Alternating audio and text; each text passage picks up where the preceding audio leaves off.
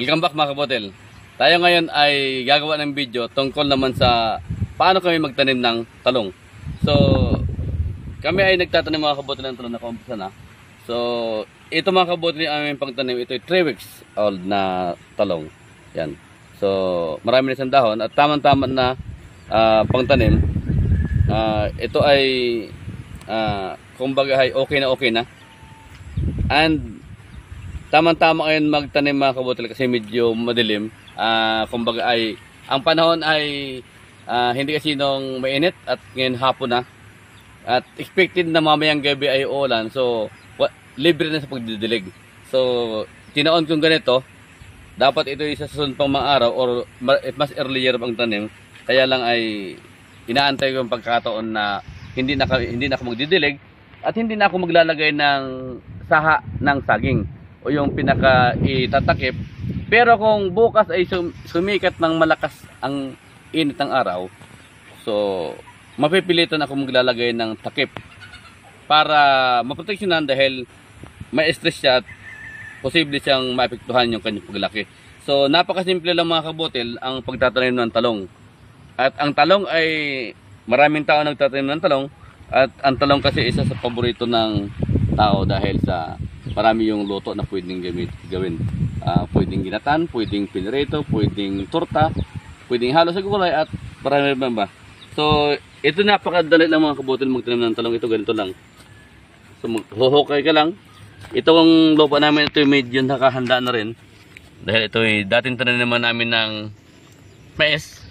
So, mais dating tanim namin dito mga kabotel. Ayan. So, ganun lang. Pagkatapos, pagkalagay ng binhi, ating ipe-press. Ayan. So kung sabi ko nga, kung hindi ito uulan, ay mapipilitan kami magdidilig pag umaga at saka maglalagay ng takip. So ganun lang. Pwedeng ang pantakip ay, pero ang the best ay yung saha ng saging, yung pinakabalat niya. Pwedeng takpan din ng mga bottle, yung mga bakante na 1.5. So para hindi siya initan. So ganoon lang ang pagtatanim.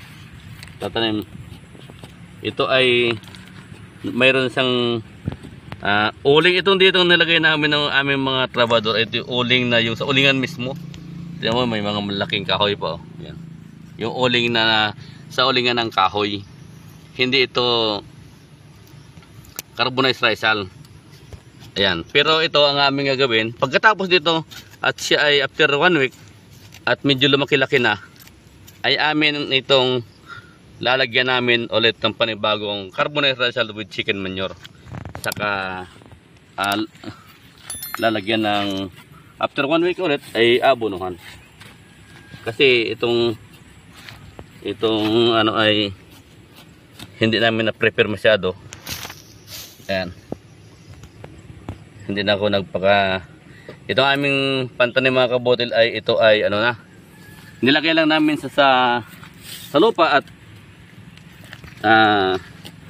saka pinatubo. Kasi parang 3 beses na ako nagtanim nitong talong, nagpatubo ay hindi tumutubo, kaya ako'y nawalan na ng gana. Yung mga certified G's pa naman yung aking tinanim ay hindi tumutubo. So nilagay ko lang doon ng samba sa hukay sa dating taniman ko ng parang sa ganito lang. So ipapakita namin mamaya sa inyo kung yung sinabog ko lang ay tumubo. So nakatsamba kaya ito mayroon kami pantanim. So hanggang doon na ito mga kabotel at hanggang doon sa kabila. So sobra ito sa daang puno.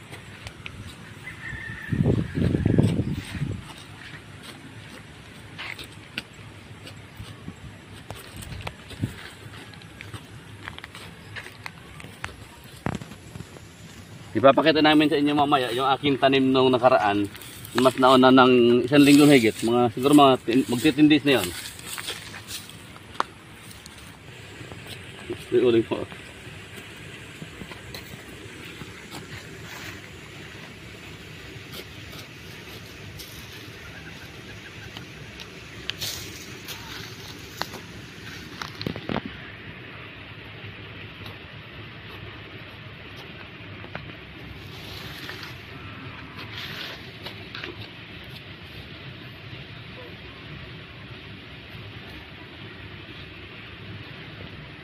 ito na mga kabotel yung aking, dito ko lang sinabog oh.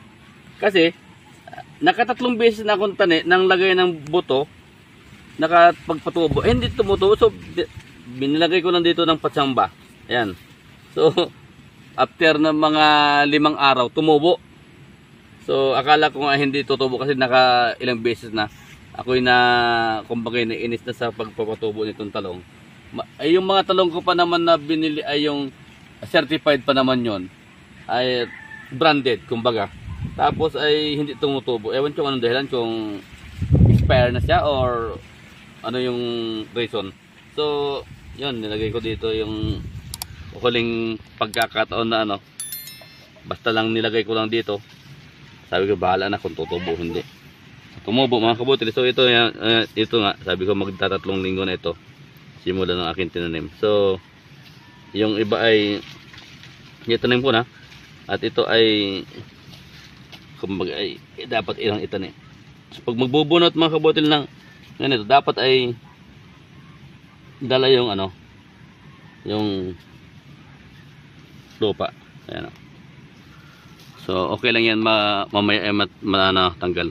Kasi pag bubunutin ng hindi kasamang lupa, ay baka maputol yung mga ugat na maliliit. So okay lang yan pag matanggal yung lupa, basta hindi siya maputol yung mga ugat. Mas maganda mga kabutil kung mayroon tayong seedling tray. So wala akong seedling tray eh. Dito lang, at saka kasi nung unang panahon, nung bata pa ko, ganito lang naman ang ginagawa namin ng tatay ko sa pagpupunla ng talong. So parang ginaya ko lang yan.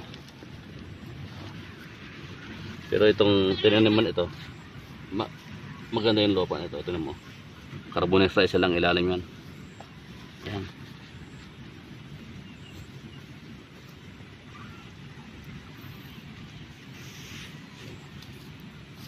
Okay na. Ayan. So ito ang try natin mga kabutil ha.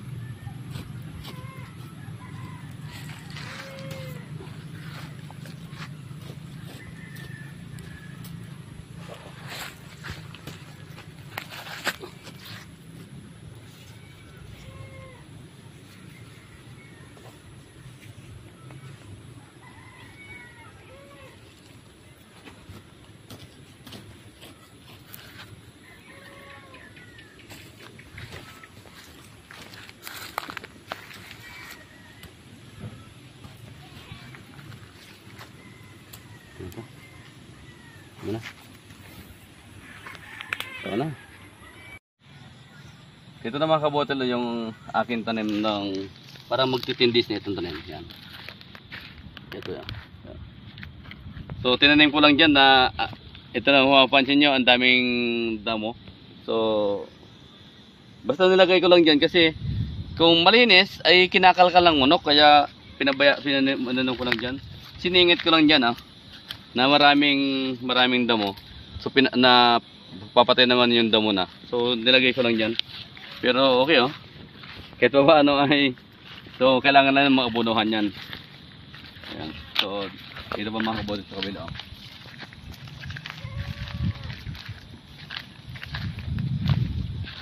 ito. Ayan. Ang problema nga ayon, kaya nga ako yan kinakalkal na manok. Lalo na kung so ito nandito mga kabodel, malaki na yan. Halos ito after man of 1 week pwede nang i-pruning para dumami yun sa kanya. So yun ang gagawin. Kasi pag hindi natin i-pruning ay hindi so sumasanga naman siya, kaya lang hindi siya malaki. So dapat ay magkaroon siya ng sanga na malaki para sa ilalim pa lang ay marami ng sanga. Pag maraming sanga, siyempre pag naalagaan naman ng lagay ng fertilizer ay kaya naman suportahan yun at magbubunga ng marami kagad. Kasi kung hindi tayo magpo-pruning, yung sasabi ko kanina, sumasanga siya pero hindi isang malaki. So mas maganda na mag-pruning pa. After 1 week magpo-pruning na ako dyan para sa ganun ay simula sa ilalim ay malaking sanga na at mawawala yung kanyang main stem. So ganun lang mga kabutil ang pagtatanim ganun lang kasimple ang pagtatanim ng talong. Kumbaga ay kahit sino ay pwedeng gumawa, at ito ay kahit ilagay lang natin sa mga paso o sa mga container na used, yung mga patapon na mga sira-sira na pwede natin gamitin na taniman, dahil ang isang puno ay kayang bumunga siya ng kahit na halimbawa bumunga lang siya ng 3, 5, 6, makaharvest siya ng tatlong bunga sa 2 linggo ay makakuha ka lang ng 5, ay at least ay meron ka ng makakain. Ay kung may tanim kang 10, so okay na rin, kayang-kaya nang suportahan yung ating pansariling, kumbaga pangpamilyang konsumo. So hindi na tayo bibili. So makakatipid natin mga kabodel kaysa tayo ay bibili pa sa tindahan. Lalo na ngayon medyo mahal ang gulay ngayon dahil tag-ulan. Dahil kalimitang gulay ngayon sa tag-ulan ay mahina, kumbaga ay hindi siya gasinong maganda dahil sa sobrang tubig. Yung amin yung mga tanim na iba ay hindi nasobrahan ng tubig dahil sa sunod-sunod yung bagyo, sunod-sunod yung ulan, ay kaya nahirapang lumago ng maganda yung ating mga tanim. So after 2 weeks or 1 month, amin pong i-update sa inyo mga kabutil kung ano yung aming tinanim na. So ito yung pinapakita ko na ito kanina sa inyo, ito na yung aking style ng pagtatanim ay talagang mabubuhay na yan. Yan ay ganun din yung ginawa namin, kasi doon lang din ako kumuha ng mga pantanim na nauna lang ng parang 1 linggo o 2 linggo yung pagpapatubo ko. Actually itong pinanggalingan nito ay doon lang sa bunga, may mga bunga kasi may hinog. So aking biniak lang mga kabotel, and then nilagay ko lang doon sa ganitong butas, kasi may mga butas kami dito, mga ganitong butas nilagay ko lang dito, ganito. Kasi yun ay na isang piraso na hinog na, biniak ko lang na aking kamay at saka nilagay ko lang dyan, patsamba lang. So tumubo, kasi nainis nga ako doon sa unang tanim ko na isang na certified na hindi nagbubo, na hindi natutubo. So yun ang ginawa ko at sa awa ng Diyos tumubo. So yun lang. So aking in-encourage ang lahat na yung mahilig magtanim o kahit hindi mahilig, magtanim po tayo para sa ating sarili lang. Kahit pa sarili lang. So sana itong aming video ay makapagbigay sa inyo ng inspirasyon o makatulong doon sa hindi pa nakapagtanim, ma-encourage sila magtanim para at least ay tayo makatulong din sa atin. So yun lang mga kabutil, maraming salamat. Sana ay nagustuhan ninyo, at kung inyong nagustuhan o may natutunan kayo, please like and share na rin. And then gusto kong hilingin sa mga hindi pa nag-subscribe, please subscribe, and don't forget to hit the notification bell para updated po kayo sa mga video namin upload. Ito si Sir Joel Falconetin Jr., San Gonzalo Provincial, sa Rizal Farmer. May passion.